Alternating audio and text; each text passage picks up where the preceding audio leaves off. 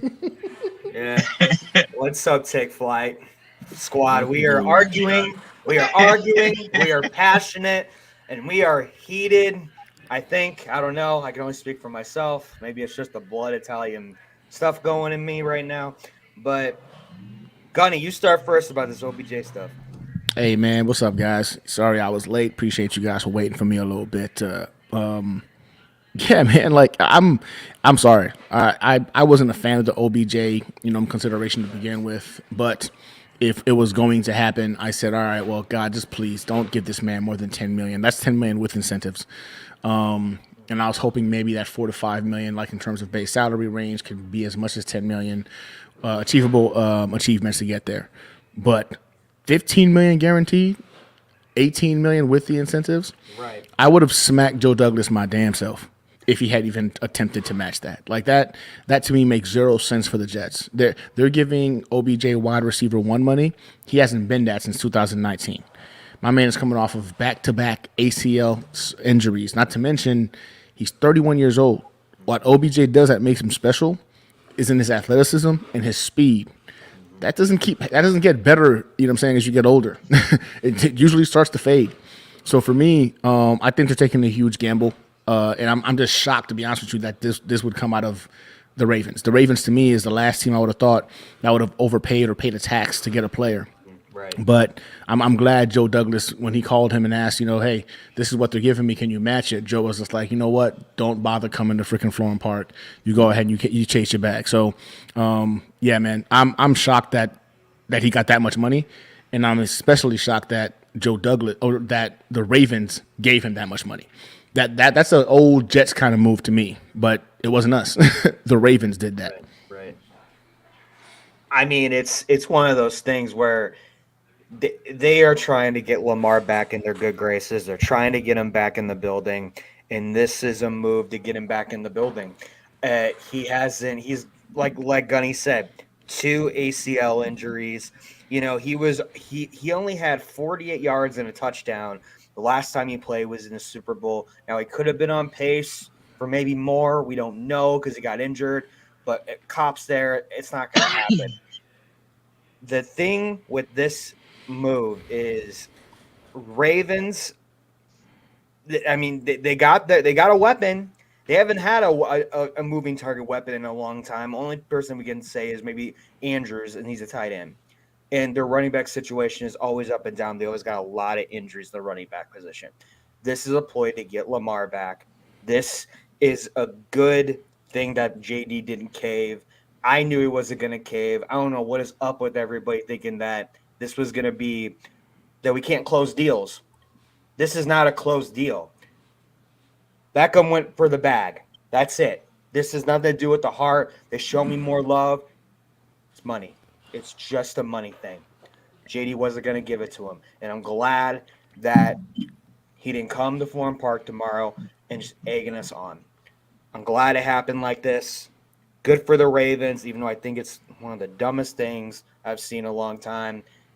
All the best, OBJ. For sure. I'm in the same boat. I mean, I look at it as a wants versus need, right? OBJ was a want, part of Aaron Rodgers' so-called wish list. Our wide receiver room is, we've said this over the past couple of years, but it's one of the deepest in the league. Literally, if you just want to go based off statistical production, we have one of the best wide receiver cores that you're going to find in the NFL. So Odell Beckham Jr. isn't a miss. It's almost a good riddance depending on who you talk to with, diva concerns and all that kind of stuff. So I like it. For the Ravens, more power to them. I know GM Eric DeCosta over there, not quite the same as Ozzy. So, Right. Maybe a small difference, even though he's kind of been developed within the building. But I do know they also had that internal power struggle where DeCosta kind of shitted on the whole wide receiver core, saying they don't know why they haven't been able to find gold.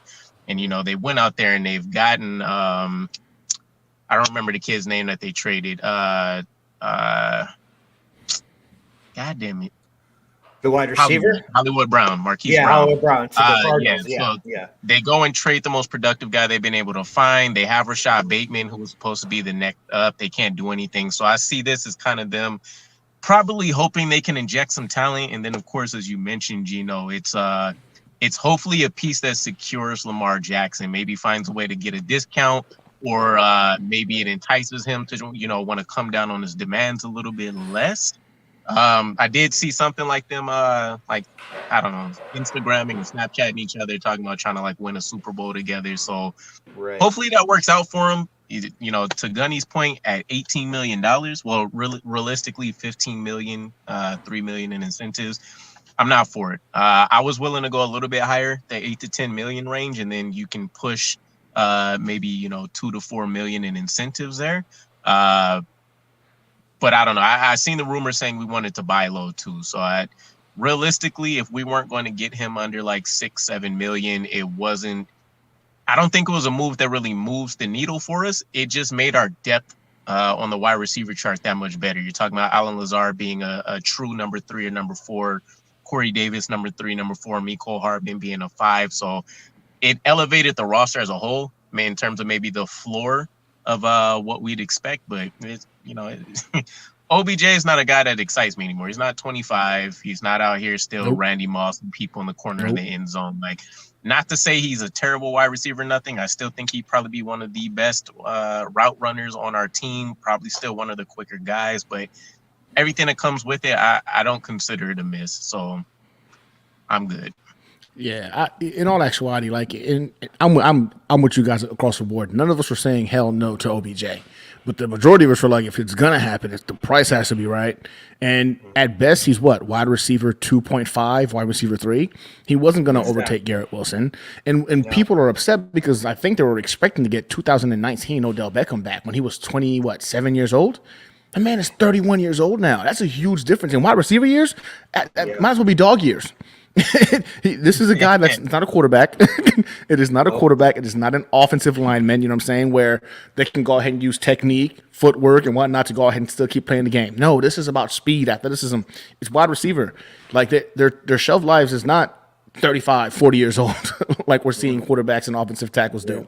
So this is a 31-year-old wide receiver who hasn't done anything meaningful since 2019. Yes, granted, during the Rams Super Bowl 2 years ago, yes, okay, he balled out in the playoffs. I'll give you that.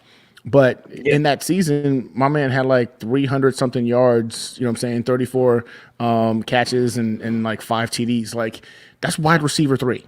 That's a really good wide receiver 3.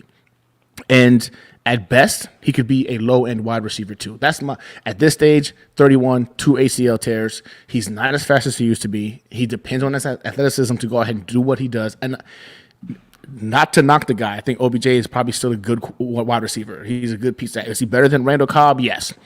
Is he better than Allen Lazard? People were saying it's night and day, and I'm like, I don't know.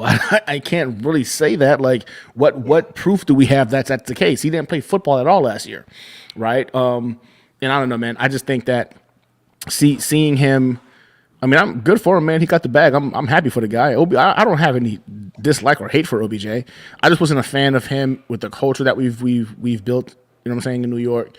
And when he said he was looking to get $15 to $20 million, I was like, you've got me all the way messed up. And I thought nobody was going to be foolish enough to give a guy who hasn't played in over a year with back-to-back ACL tears, 31 years old, wide receiver 1 money. And again, stupid shock that the Ravens did this. This is very, very unlike them. But hey, like you guys said, man, I think at the end of the day, man, it's more of a move to go ahead and get Lamar Jackson back in house. And you saw the result of it later on yesterday evening. You saw, Lamar Jackson and OBJ sharing their little FaceTime tweet, welcoming his new teammate, right? So I think that tells you that maybe Lamar said, y'all motherfuckers want me back? This is my wish list. This is my wish list.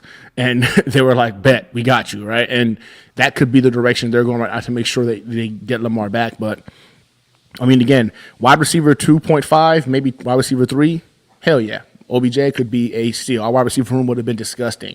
But paying him wide receiver 1 money, I'll pass on that. I got to pass on that. I got a question for y'all, too, because I was chatting with this during one of my streams the other day. And it just hit me. We never really discussed this. So kind of feeding into the Ravens and like why they may have made the move, right? So OBJ, well, their wide receiver room doesn't really have anybody of, league-wide, recognition, right? Rashad Bateman's probably the name everybody else is going to remember, but I don't think anybody can tell me any other names after that. I don't even remember if they have Devin Duvernay on the roster still. So you look at that wide receiver room, I'm sure people consider it either depleted or unproven, whichever word you want to go with.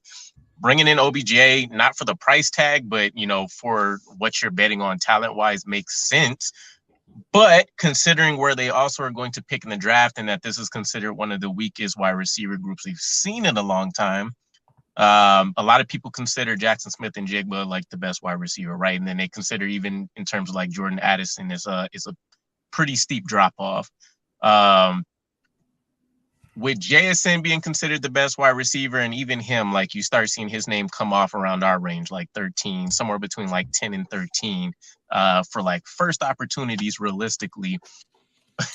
If you guys can think back to last drive, where do you have JSN stacking up? Because I don't even have him within the top 5 wide receivers that got picked up last year.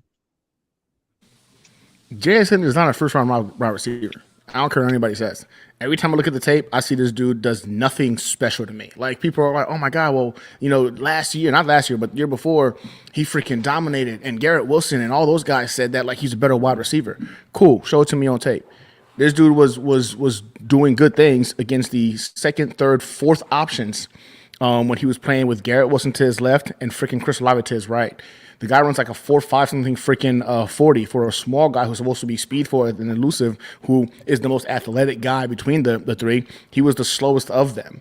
I think it's a bunch of hyperbole, man. I think JSN has got a lot of people hyped up over one season in which he got to face off against like the third or fourth best option on defenses because he had Garrett Wilson and Chris Olave on the team.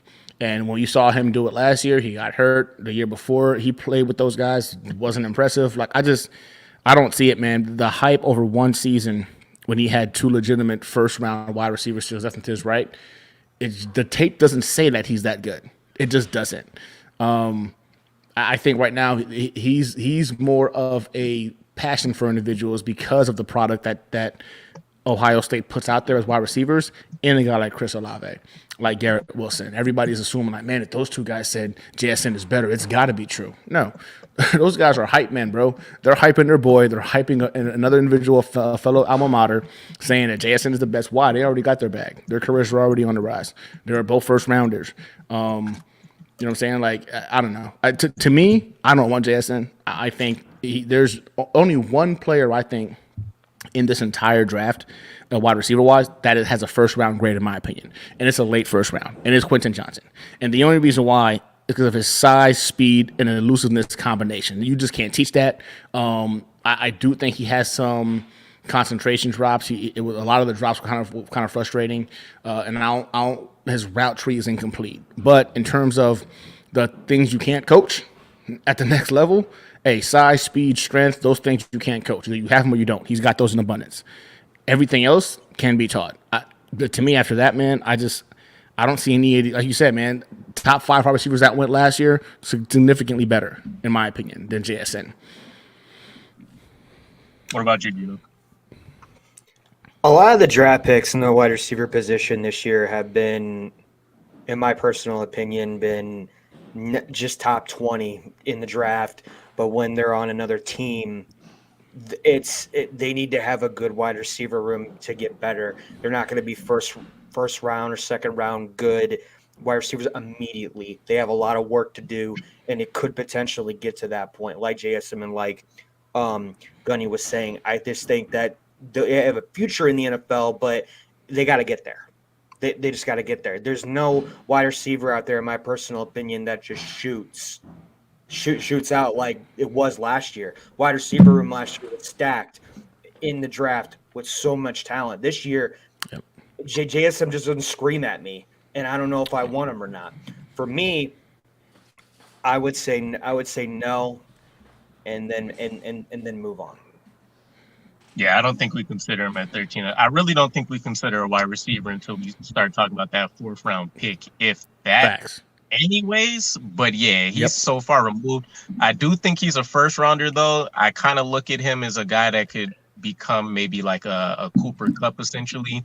Nobody that's overly fast, not overly strong, but he has ridiculous hands, and there's a certain way he goes about his route running where he gets very good leverage opportunities in order to try to make the pass a little bit easier. But yeah, from like That's an true. athletic standpoint, he's definitely taking a stand back. But I think he's one of those guys that he just consistently give you like 50 catches a season, probably north of 800 Yeah. something yards, and you're probably talking close to double digit, depending on how much a team focuses on the slot. But that's purely what he is. Maybe he can win on the outside to like certain degrees, but you're talking about a very limited guy from an athletic profile. He's not going to age very well. So you're talking about his best years literally being within that rookie contract, and then maybe the first few years of whatever extension he gets. So I don't think the value is great. Quentin Johnson, again, he kind of reminds me of more so taking a risk on like Stephen Hill, kind of like guys. Doesn't necessarily have a whole lot of technical ability to him, but he does have the size, speed, strength component to it. But I personally like Zay Flowers as one of those dudes for me that's kind of like on the back end. But again, I'm so far removed from the wide receiver group in this class. I don't even want to consider anybody until we get to like day 3. Yeah, I And agree with I that. think Zay Flowers actually is a very good mention. I think Zay Flowers is my number 2 wide receiver, and it's not because of his size or speed. It's because of his ability to get open. I think that guy Yeah. can get like literally. We talk about freaking Elijah Moore getting open in a freaking like phone booth. Like I know Zay Flowers can get open in a phone booth. My only question with him, man, he had problems with drops as well. Watching some of his tape, a lot of drops, which really frustrates me at the college level. And there were some nice passes too, right? You can't have that at the NFL level. And he seems to like not know how to use that level of elusiveness and quickness to get open in the Yeah. middle, right? Like he struggled to get open in the middle. And I think at his size, you're talking about a guy he's a good fit for the slot. But if we can't get you open in the middle, bro, like what are we doing? So maybe it could be coached, right? Better at the next level. I think Zay Flowers is like he's definitely, at least in my opinion, a second rounder. I think Quentin Johnson and him would be the only two that make sense you take between the first and second round, per my opinion. But he's not going to be there for us in the fourth. But Zay Flowers is somebody I did think would be a perfect like replacement for, say, an Elijah Moore if we didn't get OBJ or Randall Cobb, which I still think Randall Cobb's still in play. So that's still an Oh opportunity, a yeah. possibility. But yeah, Zay Flowers is my second favorite wide receiver in this draft. I Mhm. think Zay Flowers is my first choice because I think even though I do like a few guys at the wide receiver position, they're just not, the big stars like I said. But overall, I think Zay Flowers can be coached up and I would take a chance on him. He's the kind of guy that can come in and even if he does those drops and even does all the route running, the ball skills and his football knowledge are there. I think you can coach the other stuff, and that's why I would take a chance more with Zay Flowers than anybody else has him now in this draft because we don't know what's going to happen in the next 2 weeks. Yeah, it's been a weird draft. No, we don't necessarily need to try to find a weapon early because there are, I think to your point, everybody in this wide receiver class has some kind of like relevant red flag attached to them. Something significant Right. enough as a red flag, right? Jordan Addison, he seems to be dropping. Actually, I'm not sure with him. I don't remember what his deal was, but either way, you have the athleticism issues with JSN. Jordan Addison's falling. I like Zay Flowers, but he has the hands concerns. I like Josh Downs, but again, he's kind of a guy in the Zay Flowers mode, strictly probably a slot. He's had some concerns with like drops and things too. So we'll see. I don't think they'll. I think wide receiver is one of those positions. I'm like 90% confident saying we don't see like a wild card shot at somebody in the first 3 rounds. But speaking of wide receivers, so kind of dropping into like what might have caught people's attention from the headlines or whatever, but Aaron Rodgers was practicing with Alan Lazard recently out in California. That in itself wasn't anything too crazy to me. Like, everybody expects Rodgers is going to be here. The one that caught me by surprise was, Jets Twitter. They they went into FBI mode. They found out that it seems like Garrett Wilson was practicing at the same area or like nearby with them. So it seems Right. like Aaron Rodgers may be slowly bringing out some people from the wide receiver group that he expects to be tossing balls to. I mean, he's just doing his job on trying to connect with people, and I think that's great. And even if it happened or not, we all know Lazard and Rogers were there. Garrett Wilson, I could totally see that. Garrett Wilson is just that type of teammate that wants to be connected with his quarterback, be connected with teammates. You see what he does with Brees Hall and Gardner. This doesn't shock me one bit, and that's really good to see. We just need to make it official next, but it's really good to see. Not worried about it, and awesome. Enjoy the California weather, I guess. Yeah, I thought it was pretty funny personally. Of course, Jets fans shared it, and of course, Packers fans had to say like, "Oh, too bad he's not a freaking Jet yet, and he's not going to be unless y'all cough up that number, the 13th overall pick." Blah blah blah. So, to me, it's kind of refreshing, right? Because you're seeing Aaron Rodgers taking his own personal time now to go work out with Alan Lazard, right? You can't say anything to these players working out with one another in the offseason, despite what team they're currently playing for, and Aaron Rodgers didn't do that last year before playing for the Packers. He sure didn't do it the year before that. Didn't do it either. So that to me, I was just like, this is the Aaron Rodgers we're hoping we're going to get. A motivated, angry, spiteful Aaron Rodgers who right now, even though people are like, oh man, he's a selfish individual, he's playing for them. Hey, all these guys play for themselves. They all do. It's all about the delivery of it. Some of them can get away with being a little bit more selfish than others. Some can't. Elijah Moore, you haven't accomplished shit. You can't be selfish. You're not there yet. Aaron Rodgers, hey, my guy, feel free to be selfish. We understand. Like you're a quarterback. You've won multiple MVPs. You've earned that in the NFL at the NFL level. And I think him having that picture, somebody was there like taking a video and taking a picture. It wasn't like it was just a random person from far away caught them, playing around. No. Somebody was there taking pictures, taking videos, and then it was posted, right? Like it wasn't a surprise. And I think him allowing that to happen is a message being sent specifically to Packers and Jets fans alike. He's already moving on and transitioning to the next stage of his career with the Jets. And I'm telling you, man, I believe this thing's already done. And I actually posted something the other day from one of my fellow military vets who's an NFL admin. Posted on Twitter the other day, man, and he told me there was 2 packages apparently submitted and accepted already by the Packers, right? And again, no sources. This is hearsay. This was in conversation. So I'm not going to say like, oh, my sources said this. Just in conversation, it came up and about the offseason. I mean, man, the Jets are stressing us out right now, and I'm getting sick and tired about hearing it. He's like, man, stop stressing about it. There's 2 packages already been submitted and accepted. Package 1 apparently involves a pick swap where the Packers would get pick 13. We would get 15 in Aaron Rodgers. They would get a conditional 3rd or 4th next year. I forget the details specifically, so don't quote me. But ultimately, it will be a pick swap this year. We would keep our second-round picks.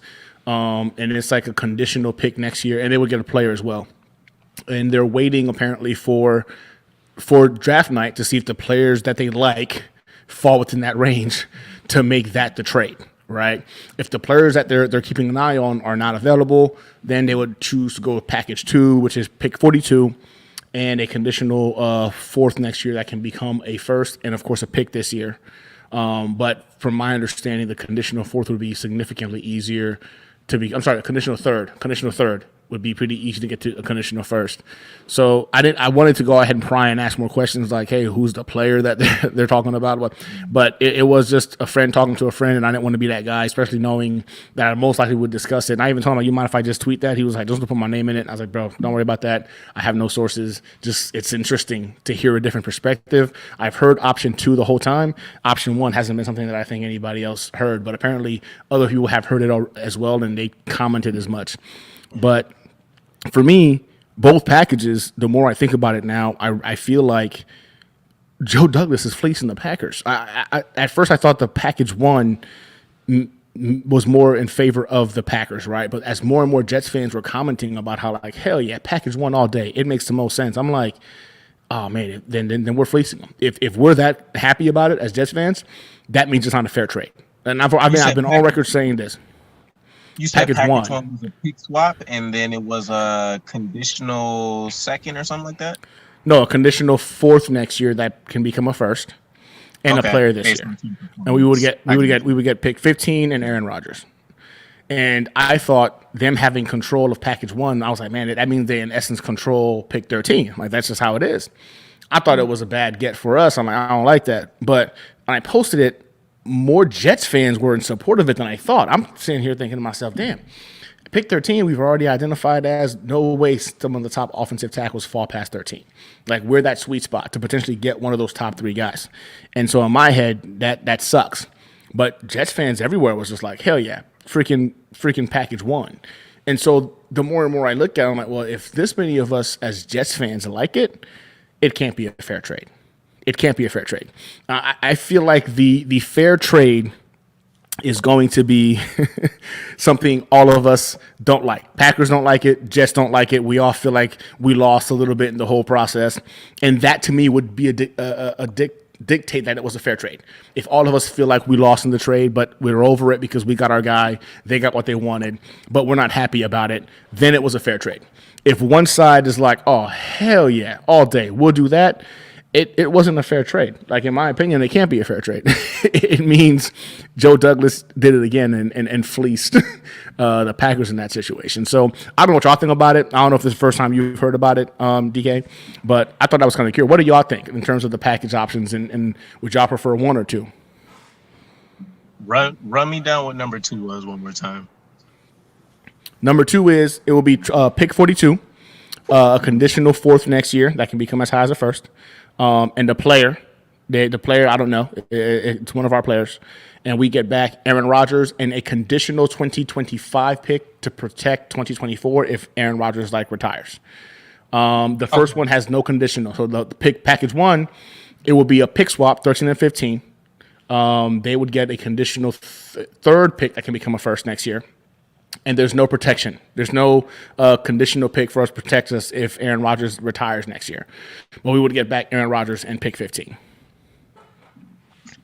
Yeah, so I've heard something similar for the second package minus the player being included. To be honest, I'm not upset at either package, but I think I was swayed towards the first one. I mean, we're losing the protection, but I mean, in general, it's kind of the same thought. You know, they say if you offer future picks, basically you look at those as a value below what they are. So we're giving them a conditional 4th. Technically, that's realistically a 5th, and then there's escalators to it. If you're talking 2025, 2 years removed, I'm assuming that's 2 drafts down. So it is what it is. Nobody's really going to picture that into immediate plans or anything. I don't recall any trades where I've seen people offer picks 2 drafts in advance. Maybe not since the RG3 draft or something like that. But it's been a minute.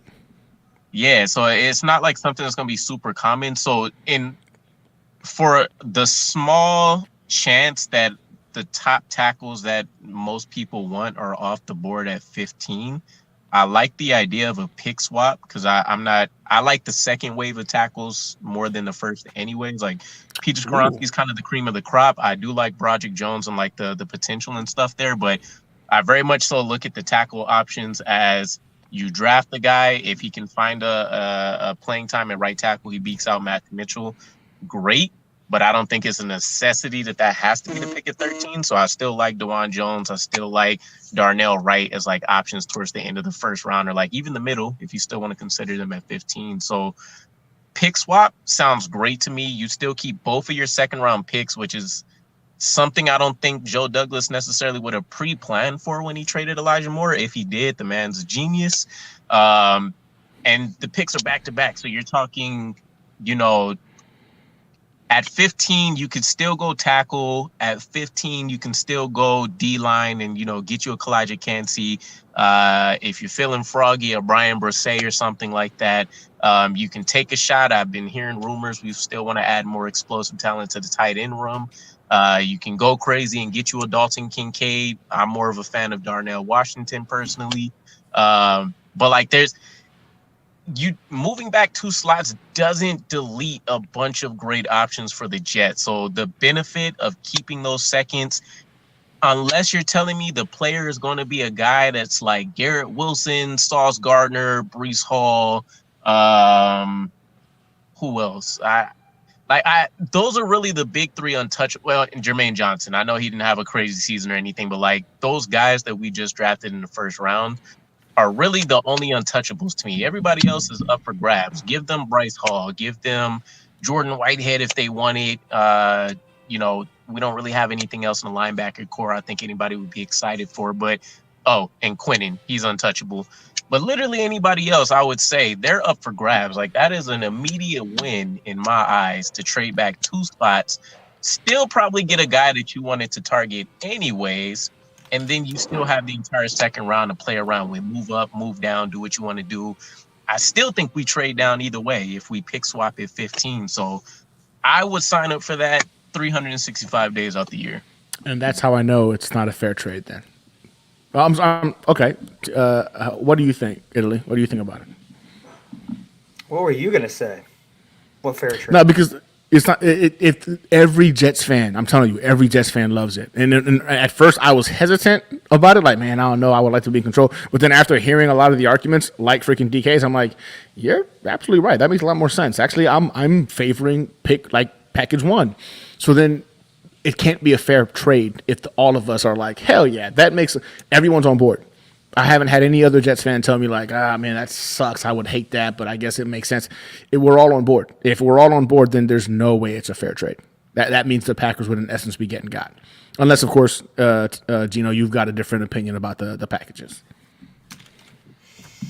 I love my draft picks, but I understand. But I know that sometimes when you're a GM, you make good trades, you don't make good trades. I know you had to sacrifice the Elijah Moore trade, but I think JD can't go wrong with either one. I'm going to be honest. I like both of them, but I am leaning more towards the first one because, JD is the kind of guy where he likes to go up and get his guy, or he goes down and loves to handle his draft picks. Swapping the 13 and 15th, I love that. And then keeping the second rounds, I love that. And I do love the protection of the second option as well, because you don't know if our Rodgers is going to be here for a year or two, maybe three. You don't know until he gets traded. We will know then. But overall, I love the argument for both. And for me, I would go with the first one, but add a player, whether it's a wide receiver, safety, cornerback, whatever you want. But that's what I would add to it. Is there a guy at 13 that you guys feel like wouldn't be there at 15 that you say we'd absolutely need to draft this guy? For me, it's Paris Johnson. I know a lot of people, have Peter Skoronski as their guy. I think Paris Johnson is that dude in this draft for me. It was Carter at first with the possibility he might him dropping down, but the more and more I hear about this kid and him not talking to people outside of the top 10, I'm like, you know what? Scratch that. I don't want anything to do with that kid. I love Paris Johnson in this draft, man. I love what this kid's about. Strong, versatile. He's a dog. And some of the issues you got to worry about, like him using, the two-punch technique a little bit too sporadically sometimes, not being able to recover. His speed allows him to recover, right? He's fast. He's long. He's big. You can teach a technique piece that's going to go ahead and refine his skill set at the next level. And he's played guard and he's played tackle, right? The position, he offers versatility.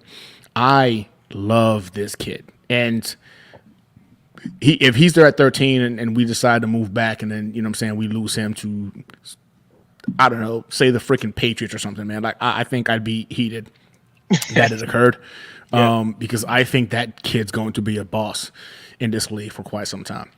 But for me, any of the top three offensive tackles, if they fall to us at 13, I feel like we can't risk missing out on solidifying the line. I know a lot of the stuff about our offensive line is based off of injuries, right? Those guys coming back healthy in itself makes us better. Aaron Rodgers, with his quick release, made an average offensive line last year look a lot better than they actually were when you go back and watch the tape and you realize, like, man, these guys are getting beat like drums regularly. It was the quickness of Aaron Rodgers releasing the ball that allowed them to not look as bad as they actually were, right? So I know those things are coming into play, but Aaron Rodgers is only going to be with us at most 2 years. If we're lucky, 3, right? So we've got to, if we get a freaking another stud offensive tackle in there, it allows us to continue to build. I think the first 2 rounds should be offensive tackle and one of those centers. We get one of those centers, man, whether it's Tipman, Walper. I don't think JMS is going to be available for us in round 2, but man, if he was, you're talking about 2 cornerstone pieces on our offensive line, center and left tackle. And let's say Mekhi Becton figures his life out, right? We've got Elijah Vera Tucker at right guard. You know what I'm saying? Like Laken Tomlinson potentially, maybe that was the worst of Laken Tomlinson we'll ever see at left guard, right? There are so many positives to look at in terms of if we were to fill those 2 major holes on our offensive tackle, our offensive line. And I'm not saying it's possible, but imagine if Zach Wilson, who we all saw last year in spurts and the year before in spurts, as actually a quarterback that had more than 3 seconds to make a decision and able to go ahead and quickly release the ball, he was a top 10 quarterback in the league when he was able to get the ball out of his hands in 2.5 seconds. Top 10 statistics in the league, right? His shit goes south whenever he freaking has to think and then and overcompensate when pressure gets in his face. Imagine providing that man with a wall. And could he be an average quarterback in the league right now? Maybe, you know what I'm saying? We don't say too much of it. I'm of course hoping and praying to the future. But worst case scenario, we're drafting pretty high in the draft in 2 years, and we get freaking baby Manning coming out in the draft, right? Like having the offensive line ready, a component like Garrett Wilson already freaking going into year 4, year 5, freaking Sauce Gardner already dominating the league. Like, bro, every time I think about what this team can be in the next few years, I'm actually getting more excited than the possibility of what we can be this coming year. Yes, Aaron Rodgers makes us Super Bowl contenders. I get that. But we've had a decade of just being sorry. Just a sorry-ass franchise. And if we can build this offensive line, defensive line, we got guys like Quentin Williams, JJ, Michael Clemens. I get really excited about it just thinking about it, bro. But, yeah, I'm really big on you hopefully using that first and second round pick to secure and reinforce our offensive line for the long term, not just the short term. Why am I even here? Gunny's just going to say everything that I'm going to say. No, I'm just kidding. I'm sorry, bro. I'm sorry. I just get so pumped about it, dog, thinking about it. I don't care. I'm just messing with you. I know we're all passionate people. We just want what's best for the Jets. I'm just going to point blank and say I trust Joe Douglas. I haven't said that about any of our GMs in a very long time. I've hated our GMs for a very long time. I didn't like either one of them. I didn't even like Tannenbaum.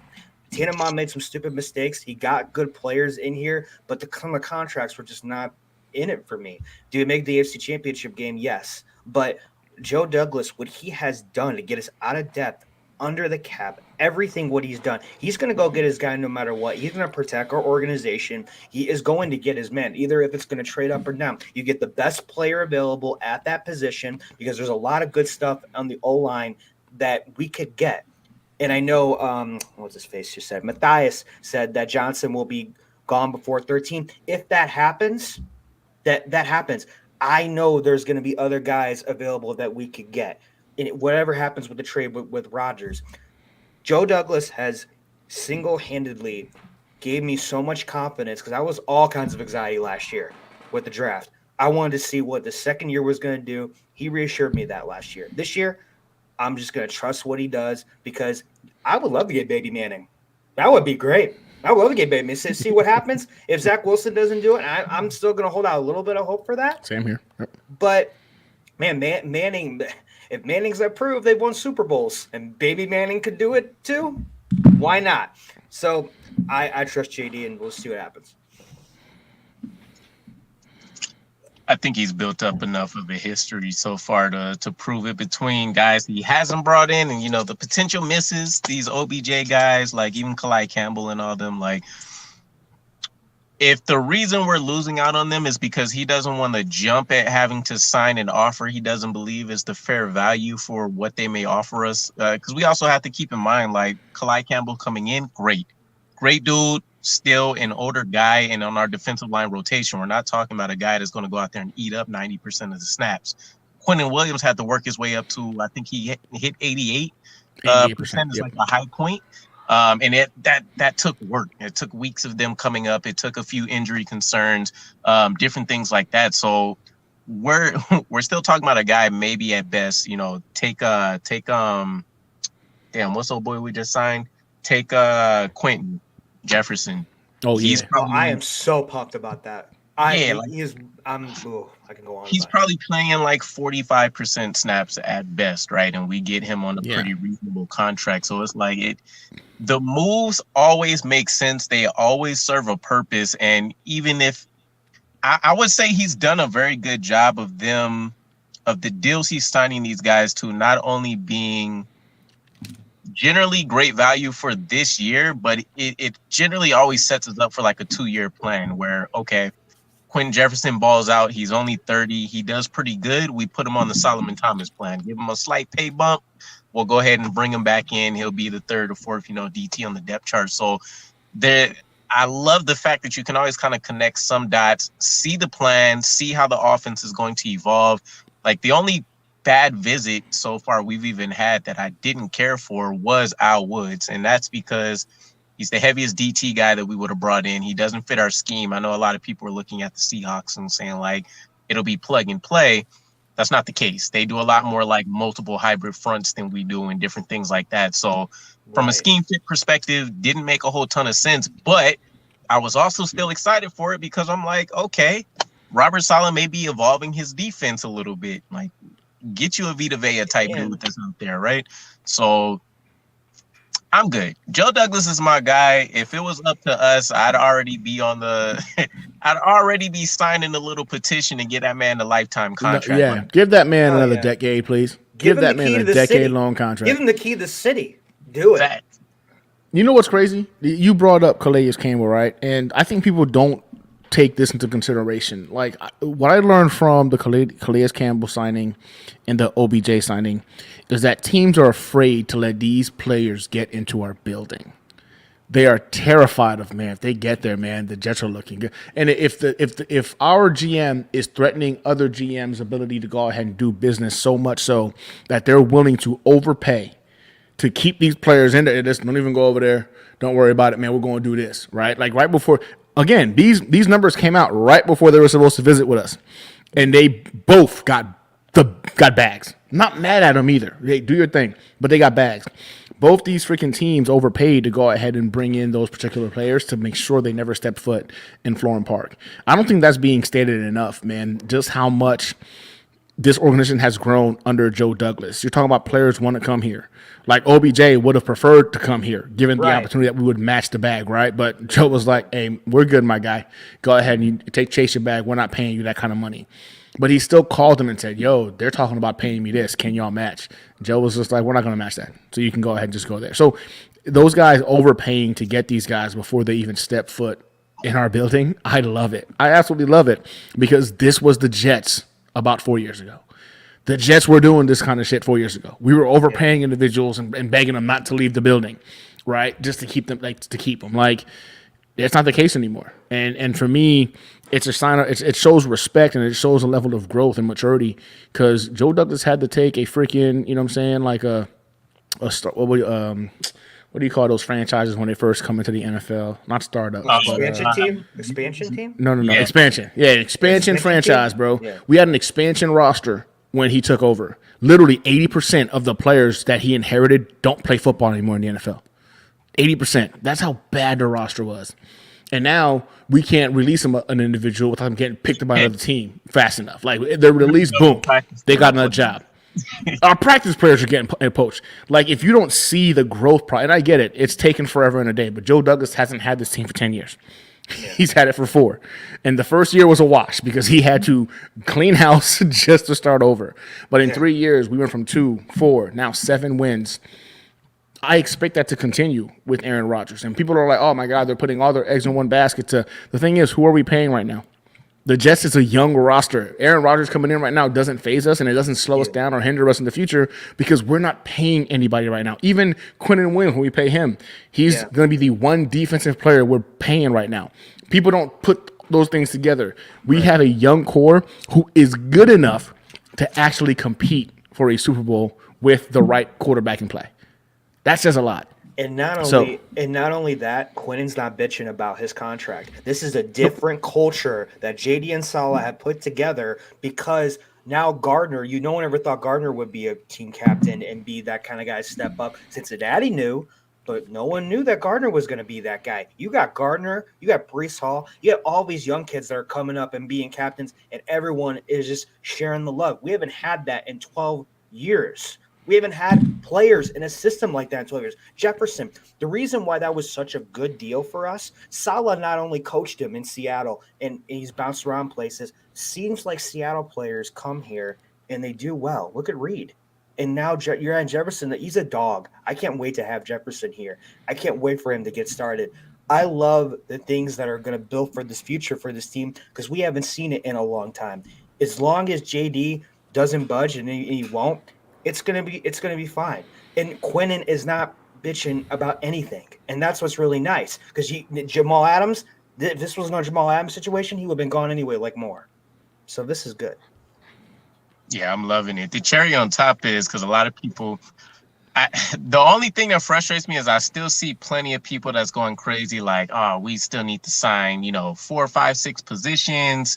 It's like the draft goes out of their mind, all these different things, right? But it's the caliber of players they're also talking about. Like, damn, we missed Clyde Campbell. Damn, we didn't sign OBJ. Damn, we still need to get Ben Jones. We still need to get him another one. It's like OBJ was a luxury. We don't need a wide receiver. It'd be nice to have a better one. Yes, do we need a center? Great. I'd like a veteran over anybody, but if you get a James, you don't need Ben Jones. If you get a Tippmann, it'd probably be nice to have him, established and try to win out that competition. But there's a lot of nuance to the way he's built the roster. But the perk is next year we're $84 million under the cap with still a potential Aaron Rodgers contract that we can easily fit in, a Quinnen Williams extension we can easily fit in.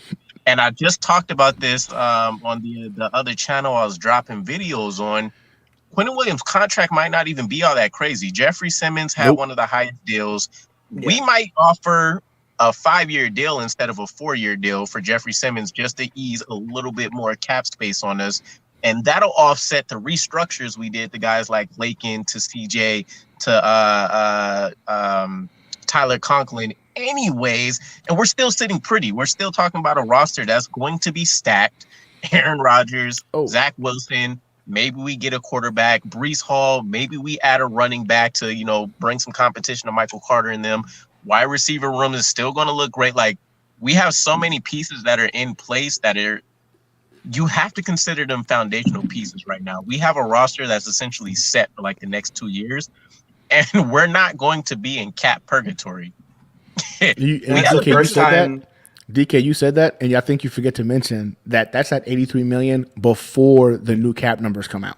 Yes, sir. And again, we're supposed to be getting the big TV deal. Yeah, the big TV deal is supposed to go ahead and increase the cap by an additional 10% estimated from what we've accustomed to seeing over the last freaking 5 years. So that $83 million is as the current cap stands now. Like, bro, I'm glad you brought that up because I've heard so many people like, oh my God, they're gonna have like $3 million in cap space. Like, we're gonna be fine. We're gonna be fine. Like, we're literally, I think, third. The next third 2 3 years, people are so space. worried about it. I'm not worried. I don't think I've ever been this relaxed being a Jets fan in my entire life. So we are sitting it's gonna be fine. We are sitting pretty. Yeah, I love it.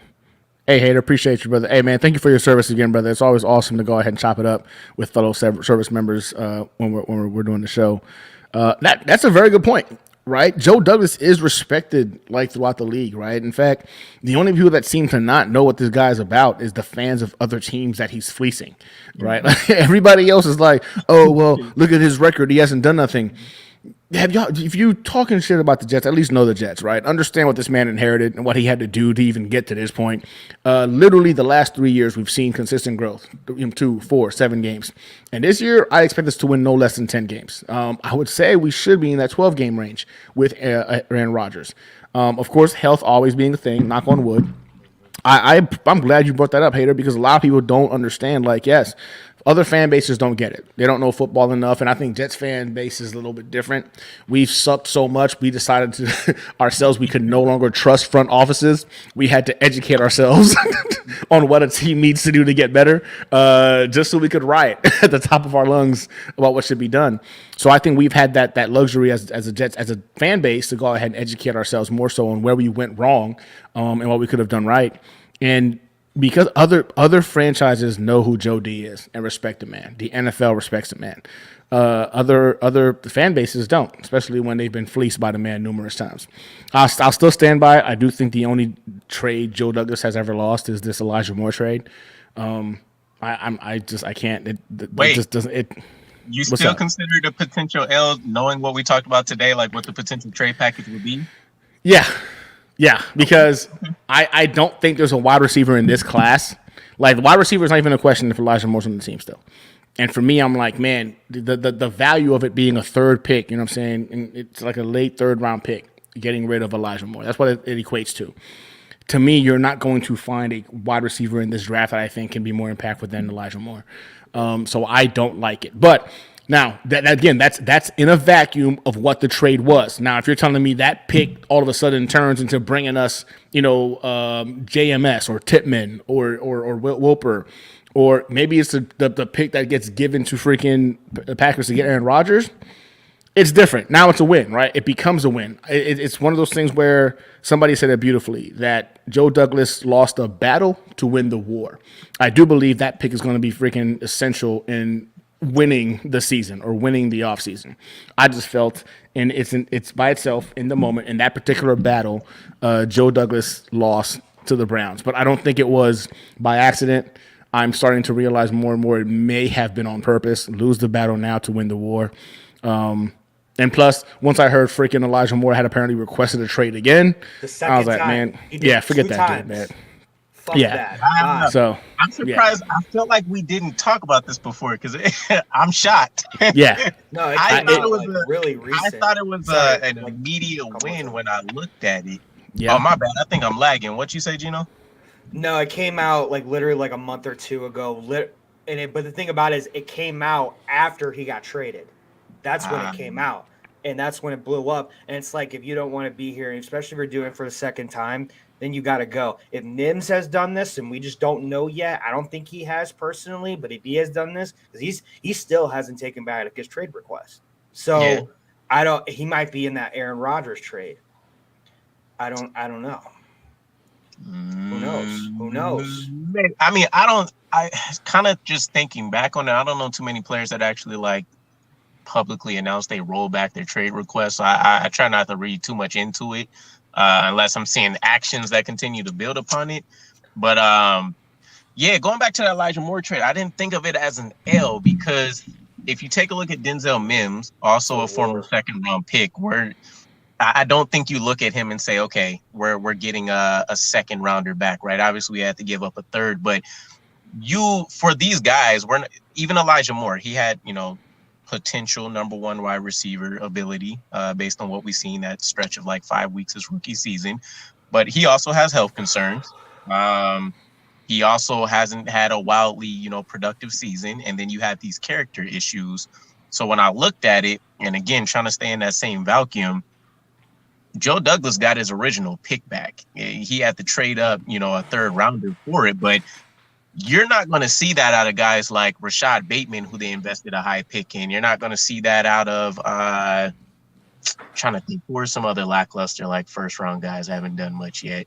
But either way, if some names come up, I'll bring them up. But the point was to see him go out and get essentially the same exact pick we used to get Elijah Moore for a guy that's on the downtrend. People across the league know he has these character flaws. They've seen how the news came out. They're betting on his production. Yeah. But I don't see that any different than what the Ravens are doing with OBJ, for example. And, we weren't willing to take the risk there. So for the potential locker room issues Elijah Moore would have still created in this offense where there's going to be a lot of competition for targets, especially if Aaron Rodgers continues his trend of involving the running backs more, I thought it was a killer move. But here's the thing about the Browns. Browns are desperate for anything right now. They don't want to be the most losing team again. And they're making mistakes getting all these people and making these trades. They don't want to do that again. But they're trying their hardest, but they're going to do it again because they didn't build it right. They didn't build it on the offense right. Chubb is good. I like that little bit a lot. That Browns offense is scary, bro. Donovan Peoples-Jones, you add Elijah Moore, Chubb, defense. I like their defense. I like what, defense. Bro? I look. Garrett, I'm not gonna lie to you. Garrett, I think the Cleveland Browns are going to smack some teams around this year. And a lot of people forget it, man. Deshaun Watson before this whole year of Watson. Do you think because the mental start? 100%. Okay. You got to think, man. Deshaun Watson was we wanted Deshaun Watson. As the scandal was going on, me being here, I got a jersey framed right here of Deshaun Watson. I never wanted it's right there in the corner anymore. I don't rock it no more. I can't have that up. Right? Autographed jersey. Autographed jersey. Nah, I'm gonna keep that. You know what I'm saying? Because it was a plaque from my military when I got out of the military. They got me that as I'm going away. So But this is when he was a good dude, not him now. And you might need But, to get another stitch bro, on the Watson one. Deshaun Watson, Amari Cooper, Donovan Peoples-Jones, Elijah Moore, Nick Chubb. That offensive line is no joke. It's a good offensive line. But I think that it would not shock me at all if they win the AFC North. It would not shock me the least bit if they beat the Ravens, if they beat the Steelers, and they win the North, bro. Like that is a scary roster of individuals. And I think you've got, and I know we haven't seen Elijah Moore pop off screen based off of performance, but I'm sorry, man. I refuse to go ahead and not put some of that blame on our quarterback and our offensive coordinator. And you know what I'm saying? And I agree with that. just watching the all 22 of him last year, the team in general, just seeing how the kid got open at will and it wasn't close. That tells me that you got him and now Amari Cooper going. That's wide receiver 1B, right? Like in terms of Cooper and Moore. I shit you not. If they don't win the AFC North, that would be more shocking to me than not. Deshaun Watson was a savage. That did things. This Houston Texans roster that he did those things with was trash, bro. Like it was him. He had all kinds of injuries. And D-Hop. Was No offensive line. Yeah, poor coaching. But that man carried an entire franchise on his shoulders. And man, he's got help. He's got help in Cleveland, bro. And I'll see when I believe it. he's not 35, 36 years old either. People are like, oh, man, he's been out of the game for a year. That man is 26 years old, dog. He's not old. But do you agree with Matthias here? Do you think Pitt wins that division? No. Nah, hell nah. No. I don't think so either. I don't think so. Maybe they're close if they get a jump out of Pitt. I don't see it. I think they're trending downwards. Picky. I don't I can't see the Steelers do it. My brother's a Steelers fan, and he's terrified of what the Browns can be. Terrified. He's like, man, he's not worried about the Baltimore Ravens. He's terrified about what the Browns can be now with a full year of Deshaun Watson, with him now being able to practice with his again, Deshaun Watson couldn't practice with these guys at all until freaking week 8 of last year. Couldn't practice with any of these guys. Wasn't around the facility. He was literally looking at the playbook in his freaking house somewhere, trying to imagine what it would be like. Look, man, my brother is terrified of what. I'll never bet against Mike Tomlin. You're talking his only. Exactly. That's the thing. Yeah. But just because you're gonna be 9-8 doesn't mean it's gonna be enough to win the division. Is what I'm saying. It's weird. They always have a pretty competitive division, but I think. Oh, I don't know where he went. That's weird. Overall, his hands are tied though. Tomlin's hands are tied. Like they got talent, but he's not what he used to be, and he still has to go through the what is it called? The motions again, because Pickett has potential to do good things, but the weapons, Claypool, you got Claypool out, good for you. But I'm more worried about, if I'm in the division, the Bears. The Bears in that division. I'm more worried about that. In the NFC North? Yes. Oh, okay. If I'm that fan, I would be more worried about the Bears. But I'm not gonna lie to you, man. In the NFC North, I'm worried about the Detroit Lions. Oh yeah, well, that's one of my teams I'd be worried about. Yeah, too. The Lions are scary. Jameson Williams, he is. Yeah, we didn't see Jameson Williams, and for me last year, that guy on my wall. Yeah, I'm worried about that. Bro, Jameson Williams was the only person I think last year, and believe it or not, I had him ahead of Garrett Wilson. I had ahead of Chris Olave. I had him ahead of bro. That you don't. He had to me the only elite trait of any freaking wide receiver, with the ability to run routes, with reliable hands. Injury was the only thing that slowed this man down. Jameson Williams was arguably the best wide receiver in last year's draft. We didn't get to see it. Didn't get to see it because of his injuries. Yeah, but I'm telling y'all now, speed, you can't touch it. He could run routes as good, if not better, than Garrett Wilson. Like, if they had told me, like, if they said, oh, man, Jameson Williams was the best of us, yeah, 100% believe it. He comes from that freaking tree. People are like, oh, well, he's an Alabama receiver. He was at Ohio State first. He's Ohio State first. He comes from that pristine, like, wide receiver university. That's Ohio State. He comes from that. And then he went into the SEC and proved, bro, that kid is disgusting. Jameson Williams, I think, potentially will probably win comeback player of the year next year. Like his ceiling is high. And the floor is high. The guy has a ridiculously low catch rate. He caught everything thrown his way in college. He burned everyone in college. At SEC didn't matter. Big 12 didn't matter. Bro, It wasn't even a competition. it Jameson wasn't. Williams was faster than half of that class. Bro, what do you mean? He was faster than every single person in that class. Sorry, I'm talking about Ohio State before going to Alabama. Oh, I got you. Yeah, not the draft. Bro. Jameson Williams to me, man. I'm actually excited to see him play. Like people are like, "What the?" I'm excited to see him play, and I'm glad he's in the NFC. But the Detroit Lions, I think, are more terrifying in the NFC North than the Vikings. The Vikings are going downhill anyway. They are. Then the Bears. I think Bears. I'll say this. I think the Packers, if they're third in their division next year, it'll be a surprise. It'll be a surprise. It's the Bears and Lions. It's just like us with the Dolphins. It's our division. Us and Dolphins. It's gonna be Lions and Bears. Oh my, Lions and Bears. Oh my division. Sorry, DK. What were you gonna finish? What were you gonna say? I have no idea. Yo, my phone hit me with my phone hit me with I'm overheating, and then that shit dropped, and I had to like run to some shade real quick. All right. Well, I think we should end it on that note. Then. Right. I got to make a phone call anyway about some new. What the heck does that even mean? What? What is it? Yeah, I'm learning all kinds of new stuff in the real estate game. This client is now telling me there's going to be per diem issued for any more delays, but I represent you. What are you telling me this for? Like, I can't. It's not in the contract. We can't get any more freaking. It's our fault. It's not closed. How are we going to issue a? Man. Yeah. Anyway, Gunny's like this. Bitch, better have my money, bro. You ain't lying, dog. I got my kid's birthday party is this weekend and stuff, and of course she's turning 13, and she was talking about all the stuff she wants to do, and I'm like, man, there goes the birthday party account, and I've got 3 birthdays in back-to-back months. Like 3 of my kids were born like month after month after month over the next freaking 3. So this is gonna be fun. Yeah, I was praying that didn't happen to me. Oh well, yeah, it will happen though. It will happen, guys. This is the Jets Flight Squad, episode number 20. We'll be back next week with episode 21. See what happens. Got draft stuff coming up, mock drafts, free agency still going. Love a Jefferson move.